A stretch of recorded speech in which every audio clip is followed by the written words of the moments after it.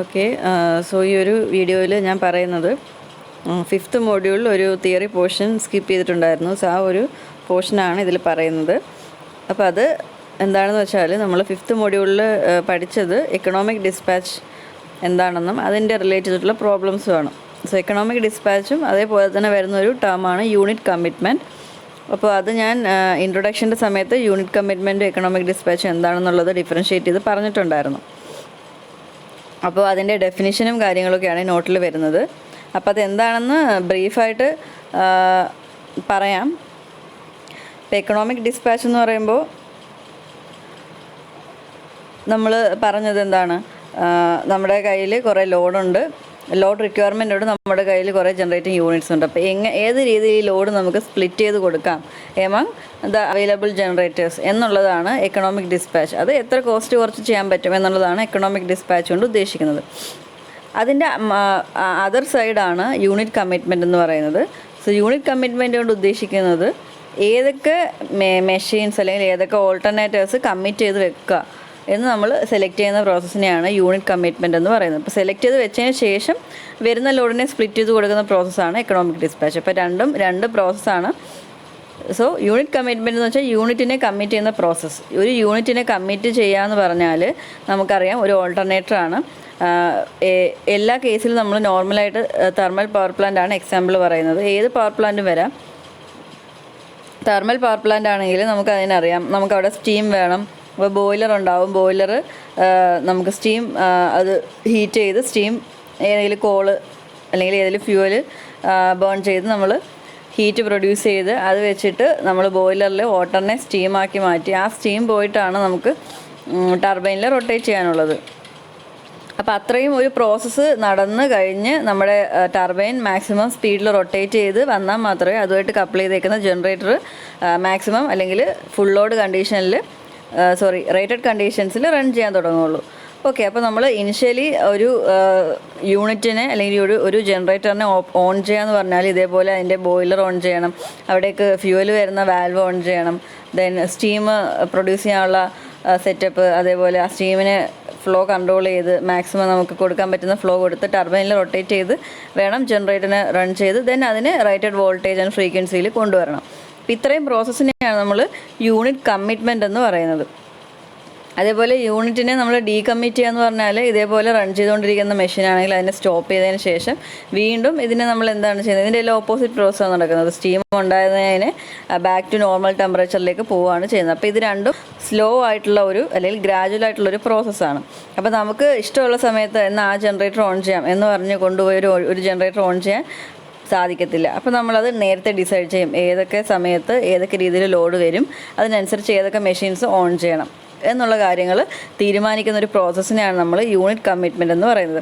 അതിൽ തന്നെ optimal unit commitment എന്ന് പറയുമ്പോൾ ഓഫ് കോഴ്സ് അതിൽ കോസ്റ്റ് ഇൻവോൾവ് ചെയ്യും. ഏറ്റവും ലോവസ്റ്റ് കോസ്റ്റിൽ നമുക്ക് എങ്ങനെ സെലക്ട് ചെയ്യാം എന്നുള്ളതാണ് ഒപ്റ്റിമൽ യൂണിറ്റ് കമ്മിറ്റ്മെൻറ്റ് എന്ന് പറയുന്നത്. അപ്പോൾ ഇത് ഒരു തിയറി ക്വസ്റ്റ്യനായിട്ട് ഷുവറായിട്ട് ചോദിക്കും.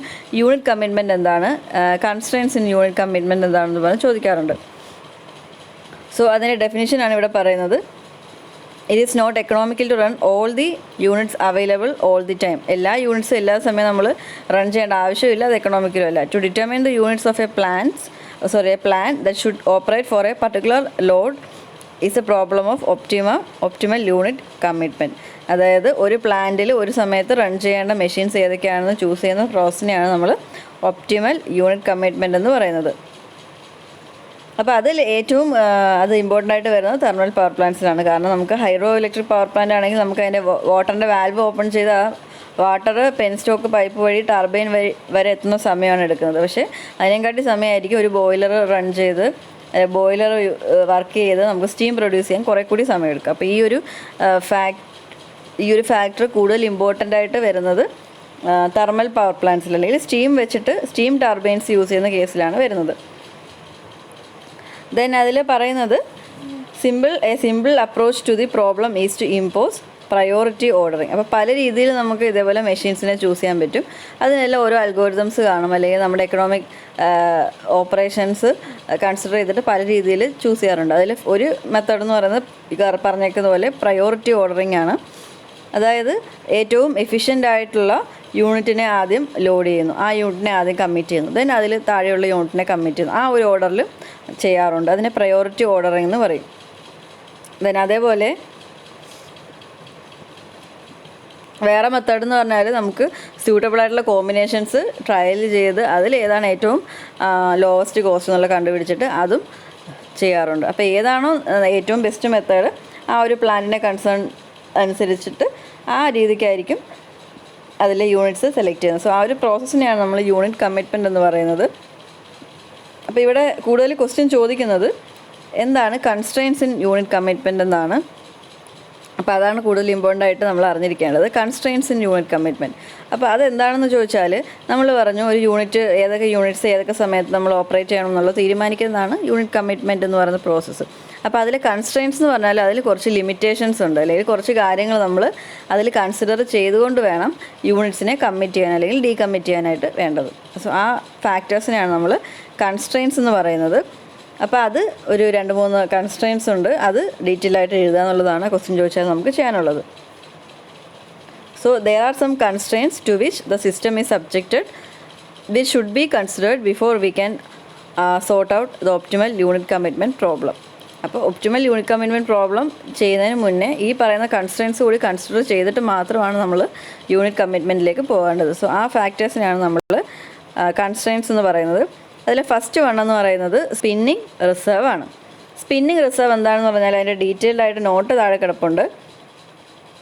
So it is a term use to describe the total amount of generation available from all its unit synchronised on the system minus the present load and losses being supplied.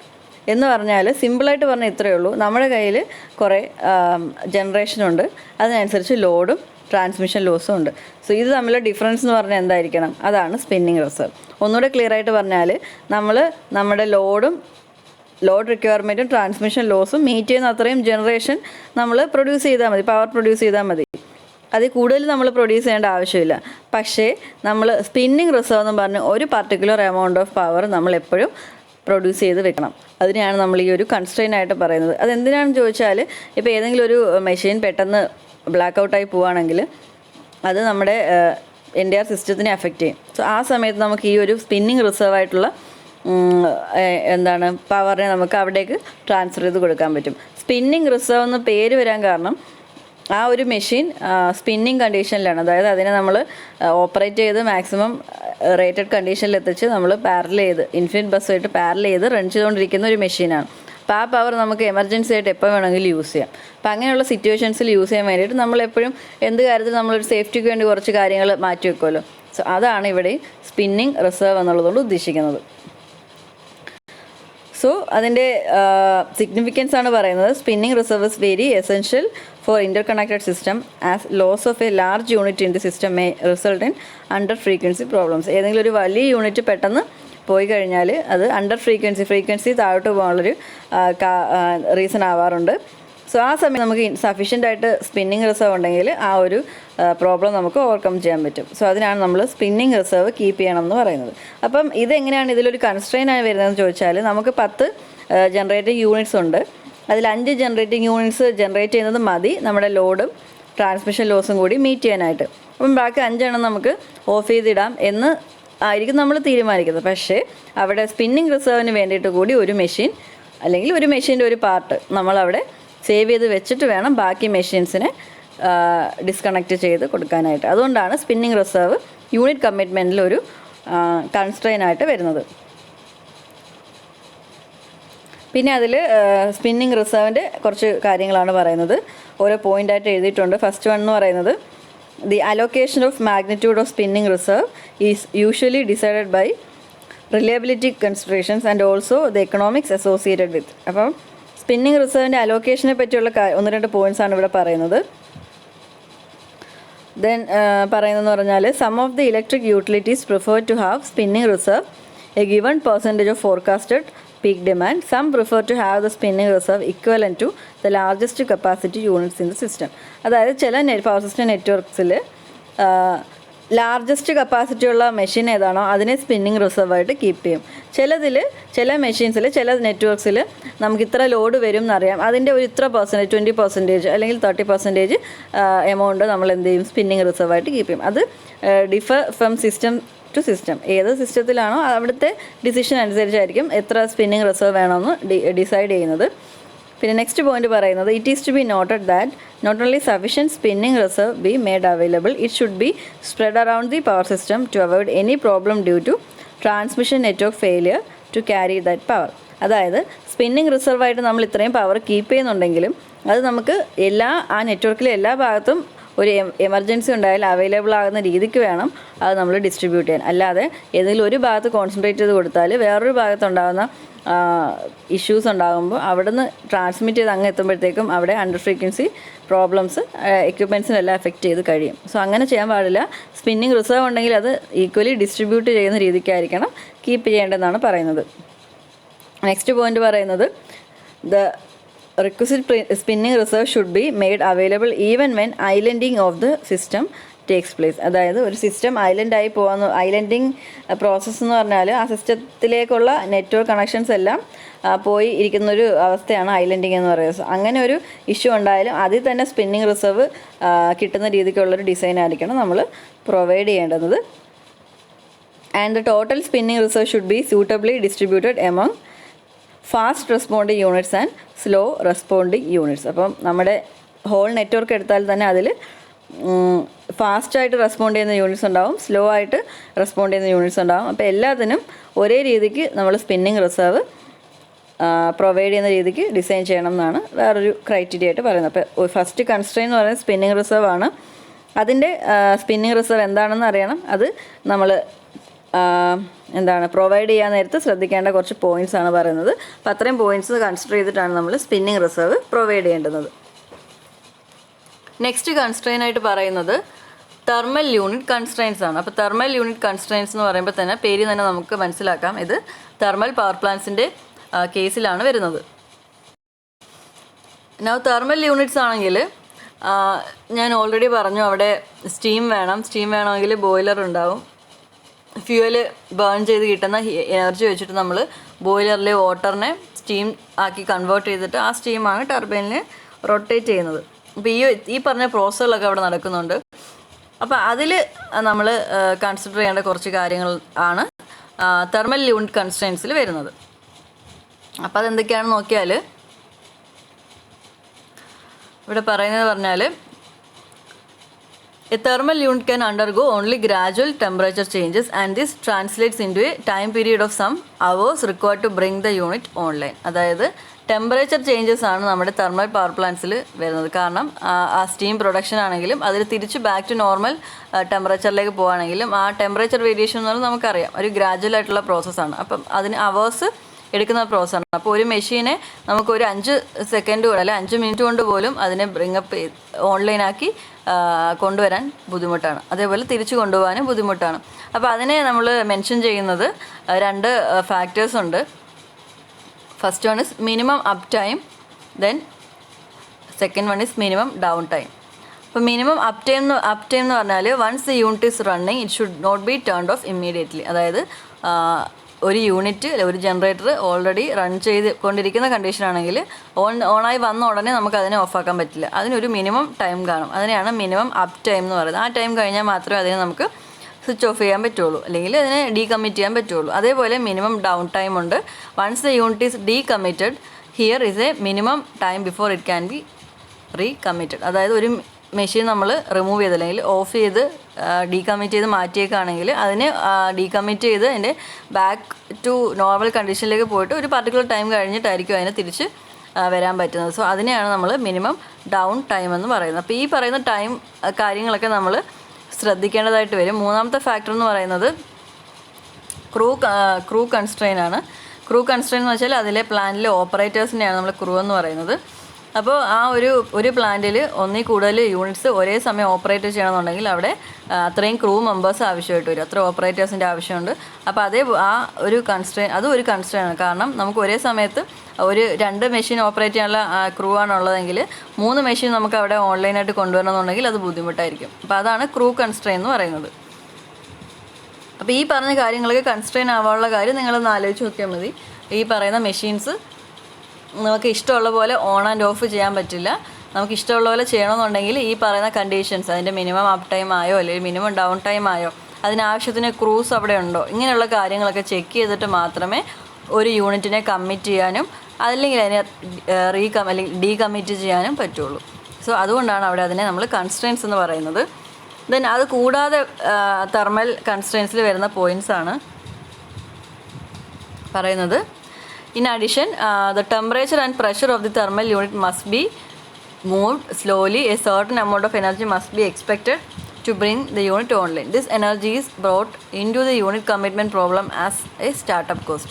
അതായത് normal കണ്ടീഷനിലിരിക്കുന്ന ഒരു മെഷീനെ brought up ഓൺലൈനാക്കി കൊണ്ടുവരണമെന്നുണ്ടെങ്കിൽ വേണ്ട energy, ആ ഒരു കോസ്റ്റിനെ നമ്മൾ startup cost എന്ന് പറയും. അതായത് initial കണ്ടീഷനിലേക്ക് അതിന് വേണ്ട ഫ്യൂവലൊക്കെ കൊടുത്ത് അതിനെ കൊണ്ടുവരാൻ വേണ്ടിയുള്ള കോസ്റ്റിനെ നമ്മൾ സ്റ്റാർട്ടപ്പ് കോസ്റ്റ് എന്നാണ് പറയുന്നത്. സോ സ്റ്റാർട്ടപ്പ് കോസ്റ്റ് നമുക്ക് രണ്ട് രീതിയിലാണ് നമ്മൾ അതിനെ കൺസിഡർ ചെയ്യുന്നത്. Startup cost can vary from a maximum cold start value to a much smaller value. അതായത് മാക്സിമം കോൾഡ് സ്റ്റാർട്ട് വാല്യൂ എന്ന് പറഞ്ഞാൽ ഒരു മെഷീനെ അതിൻ്റെ ഏറ്റവും ഇപ്പോൾ തെർമൽ പവർ പ്ലാന്റ് ആണെങ്കിൽ അതിൻ്റെ ടെമ്പറേച്ചർ എല്ലാം ഏറ്റവും നോർമലായിട്ടുള്ള ഒരു കണ്ടീഷനിലിരിക്കുമായിരിക്കും. അപ്പോൾ അതിനെ ആദ്യം തൊട്ടേ അതിനെ ബ്രിങ്ങപ്പ് ചെയ്ത് കൊണ്ടുവരാനുള്ള ഒരു കോസ്റ്റ് ആയിരിക്കും മാക്സിമം കോസ്റ്റ്. അതിനെയാണ് കോൾഡ് സ്റ്റാർട്ട് എന്ന് പറയുന്നത്. അതല്ല, അത് ഏതെങ്കിലും ഇൻ്റർമീഡിയറ്റ് ടെമ്പറേച്ചർ റേഞ്ചിൽ ഇരിക്കുകയാണെങ്കിൽ അതിനെ അവിടെ നിന്ന് കൊണ്ടുവന്നാൽ മതിയാവും. അപ്പോൾ അതിന് അത്രയും കോസ്റ്റ് കുറവായിരിക്കും. അതുകൊണ്ടാണ് മാക്സിമം കോസ്റ്റിനെ കോൾഡ് സ്റ്റാർട്ട് കോസ്റ്റ് എന്ന് പറയുന്നത്. സോ അതാണ് ഇവിടെ പറയുന്നത്. If the unit was only turned off recently and is still returning relatively close to operating temperature, there are two approaches. അതായത് ഒന്നുകിൽ നമുക്ക് മെഷീനെ ഫുള്ളി ഓഫ് ചെയ്ത് അതിൻ്റെ ടെമ്പറേച്ചറെല്ലാം നോർമൽ ടെമ്പറേച്ചറിലേക്ക് പോയി മാറ്റി വയ്ക്കാം. എന്നിട്ട് വീണ്ടും ആവശ്യമുള്ള എപ്പോഴാണോ നമ്മൾ ഓൺലൈൻ ആക്കുന്നത് ആ സമയത്ത് വീണ്ടും ഫ്യൂവൽ കൊടുത്ത് ബോയിലറൊക്കെ ഓൺ ചെയ്ത് ടെമ്പറേച്ചർ കൂട്ടി കൊണ്ടുവന്ന് റൺ ചെയ്യാം. അത് ഒരു മെത്തേഡ്. അതല്ലാതെ നമുക്ക് നമ്മുടെ മെഷീനെ ബോയിലർ റൺ ചെയ്യാനുള്ള ഫ്യൂവൽ നമ്മൾ കണ്ടിന്യൂസ് കൊടുത്തുകൊണ്ടിരിക്കും. മെഷീനെ നമ്മൾ എന്ത് ചെയ്യുന്നു, ഡിസ്കണക്ട് ചെയ്തിട്ട് വെച്ചേക്കാണ്, നമ്മൾ സിസ്റ്റത്തിലേക്ക് കൊടുത്തിട്ടില്ല. പക്ഷേ അതിൻ്റെ ബാക്കിയുള്ള ഈ പറയുന്ന സിസ്റ്റംസ് ആ ടെമ്പറേച്ചർ മെയിൻറ്റെയിൻ ചെയ്ത് കൊണ്ടുപോകാനുള്ള ഫ്യൂവൽ നമ്മൾ കണ്ടിന്യൂസ് കൊടുത്തുകൊണ്ടിരിക്കും. അപ്പോൾ അവിടെ നമുക്ക് ഏത് സമയം വേണമെങ്കിലും ആ മെഷീനെ പാരലൽ ചെയ്ത് കൊടുക്കാൻ പറ്റും. അപ്പോൾ രണ്ട് രീതിയിൽ നമുക്ക് തെർമൽ യൂണിറ്റ്സിനെ ഡീകമ്മിറ്റ് ചെയ്ത് യൂസ് ചെയ്യാൻ പറ്റും. അപ്പോൾ അതാണ് ഇവിടെ പറയുന്നത്. ഒന്നെന്ന് പറയുന്നത് ഞാൻ ആദ്യം പറഞ്ഞ പോലെ മെഷീനെ ബാക്ക് ടു നോർമൽ കണ്ടീഷനിലേക്ക് പോകാൻ വിടുന്നു. എന്നിട്ട് നമുക്ക് ആവശ്യമുള്ള എപ്പോഴാണോ ആ സമയത്ത് നമ്മൾ ആദ്യം തൊട്ട് അതിനെ ബ്രിങ്ങപ്പ് ചെയ്ത് കൊണ്ടുവരും. സെക്കൻഡ് വൺ എന്ന് പറഞ്ഞാൽ എന്താണ്, അതിനെ നമ്മൾ അതിൻ്റെ ടെമ്പറേച്ചർ മെയിൻറ്റെയിൻ ചെയ്ത് കൊണ്ടുപോകുന്നു. അതിന് വേണ്ടിയുള്ള ഫ്യൂവൽ സപ്ലൈ കണ്ടിന്യൂസ് ആയിട്ട് കൊടുക്കുന്നു. പക്ഷേ ആ സമയത്ത് നമ്മൾ മെഷീൻ യൂസ് ചെയ്യുന്നില്ല. മെഷീനെ നമ്മൾ ജസ്റ്റ് നോർമൽ കണ്ടീഷനിൽ റൺ ചെയ്തുകൊണ്ടിരിക്കുകയാണ്. നമുക്ക് ആവശ്യമുള്ള സമയം എപ്പോഴാണോ അപ്പോഴും നമ്മൾ കണക്ട് ചെയ്ത് യൂസ് ചെയ്യും. സോ അതിനെയാണ് നമ്മൾ ബാങ്കിങ് എന്ന് പറയുന്നത്. അപ്പോൾ രണ്ട് മെത്തേഡാണ് ഉള്ളത്, ഒന്ന് കൂളിങ്ങും ഒന്ന് ബാങ്കിങ്ങും. ആദ്യം പറഞ്ഞ മെത്തേഡ് കൂളിംഗ്. സോ അതിന് രണ്ടിൻ്റെയും കോസ്റ്റ് സെപ്പറേറ്റ് ആയിട്ട് ഇവിടെ കൊടുക്കുന്നുണ്ട്. ഒരു ഇക്വേഷനായിട്ടൊക്കെ ഉണ്ട്, നിങ്ങൾ ജസ്റ്റ് അതൊന്ന് നോക്കി വെക്കുക. കോസ്റ്റ് വെൻ കൂളിംഗ് എന്ന് പറഞ്ഞിട്ട് ഇവിടെ ഒരു കോസ്റ്റ് കൊടുത്തിട്ടുണ്ട്.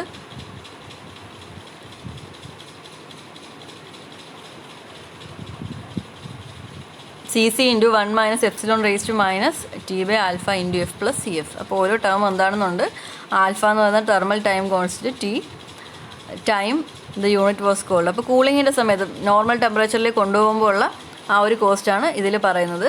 അതേപോലെ തന്നെ ബാങ്കിങ്ങിൻ്റെ കേസിലുള്ള കോസ്റ്റും ഇവിടെ കൊടുക്കുന്നുണ്ട്. CT × T × F + CF, fixed cost plus ഇത്രയും കോസ്റ്റ്. അപ്പോൾ ഈ രണ്ട് കോസ്റ്റും നമുക്ക് കമ്പയർ ചെയ്ത് ഏത് മെത്തേഡാണോ നമ്മുടെ സിസ്റ്റത്തിന് സ്യൂട്ടബിൾ, എത്ര ടൈം ഡ്യൂറേഷൻ ഉണ്ടാകും, ഇതൊക്കെ നോക്കിയിട്ടാണ് ഈ ഒരു കൂളിംഗ് മെത്തേഡാണോ അതോ ബാങ്കിങ് മെത്തേഡാണോ വേണ്ടതെന്നുള്ളത് സെലക്ട് ചെയ്യുന്നത്. അപ്പോൾ ഇവിടെ അതിൻ്റെ ഒരു ഫിഗർ കാണിച്ചിട്ടുണ്ട്. ടൈം പോകുന്നതിനനുസരിച്ച് ബാങ്കിങ് മെത്തേഡാണെങ്കിൽ അതിൻ്റെ കോസ്റ്റ് ലീനിയറായിട്ട് പോകുന്നുണ്ട്. കൂളിംഗ് മെത്തേഡാണെങ്കിൽ ആദ്യം കുറച്ച് സമയത്തേക്കാണെങ്കിൽ അത് നഷ്ടമാണ്, കാരണം കോസ്റ്റ് കൂടുതലാണ്. പക്ഷേ കൂടുതൽ ടൈമിലേക്കാണെങ്കിൽ അത് നമുക്ക് കോസ്റ്റ് എഫക്റ്റീവായിട്ടാണ് കാണുന്നത്. ഇത്രയാണ് നമുക്ക് തെർമൽ കൺസ്ട്രെയിൻസിൽ വരുന്നത്. പിന്നെ ലാസ്റ്റ് വൺ ഹൈഡ്രോ കൺസ്ട്രെയിൻ ആണ്. ഹൈഡ്രോ കൺസ്ട്രെയിനിൽ കൂടുതലായിട്ട് നമുക്ക് പറയാനായിട്ടൊന്നുമില്ല. ഹൈഡ്രോ ഇലക്ട്രിക് പവർ പ്ലാന്റ്സിൽ ഏറ്റവും ഇമ്പോർട്ടൻ്റ് ആയിട്ടുള്ള കൺസ്ട്രെയിൻ എന്ന് പറയുന്നത് അവൈലബിലിറ്റി ഓഫ് വാട്ടർ തന്നെയാണ്. വാട്ടറിൻ്റെ അവൈലബിലിറ്റി അനുസരിച്ച് മാത്രമേ നമുക്കൊരു മെഷീനെ റൺ ചെയ്യാൻ പറ്റുള്ളൂ. അപ്പോൾ അവിടുത്തെ മെയിൻ കൺസ്ട്രെയിൻ എന്ന് പറയുന്നത് വാട്ടർ അവൈലബിലിറ്റി ആണ്. Then also hydro projects are multi-purpose projects, that is irrigation requirement also determines the operation of hydro power plants. അപ്പോൾ നമ്മുടെ പല ഹൈഡ്രോ പവർ പ്ലാന്റ്സും ഇറിഗേഷന് വേണ്ടിയിട്ടും യൂസ് ചെയ്യാറുണ്ട്. നമ്മുടെ ഡാമിൽ നിന്നൊക്കെ വെള്ളം എടുത്ത് നമ്മുടെ അഗ്രികൾച്ചറൽ ആപ്ലിക്കേഷൻസിനൊക്കെ കൊടുക്കാറുണ്ട്. അപ്പോൾ അതാണ് ഇറിഗേഷൻ പ്രോസസ്സ് എന്ന് പറയുന്നത്. അപ്പോൾ അതും ഒക്കെ കൺസിഡർ ചെയ്ത് നമ്മുടെ വാട്ടറിൻ്റെ അവൈലബിലിറ്റി നോക്കിയിട്ടാണ് നമ്മൾ യൂണിറ്റ് കമ്മിറ്റ്മെൻറ്റ് ചെയ്യുന്നത് in case of hydro electric power plant. So അതിനാണ് നമ്മൾ ഹൈഡ്രോ കൺസ്ട്രെയിൻസ് എന്ന് പറയുന്നത്. ഇത്രയാണ് മെയിനായിട്ട് നമുക്ക് കൺസ്ട്രെയിൻസിൽ പറയാനുള്ളത്. First spinning reserve, second one thermal constraints, third one hydro constraints. അപ്പോൾ ഇത്രയും പോയിൻറ്റ്സ് വായിച്ച് നോക്കുക. അതിൽ തെർമൽ കൺസ്ട്രെയിൻസിൽ കുറച്ച് കൂടുതൽ പോയിൻറ്റ്സ് ഉണ്ട്. അപ്പോൾ അത് വായിച്ചിട്ട് എന്തെങ്കിലും മനസ്സിലാകാത്ത പോയിൻറ്റ്സ് ഉണ്ടെങ്കിൽ ചോദിക്കുക, ഞാൻ പറഞ്ഞുതരാം.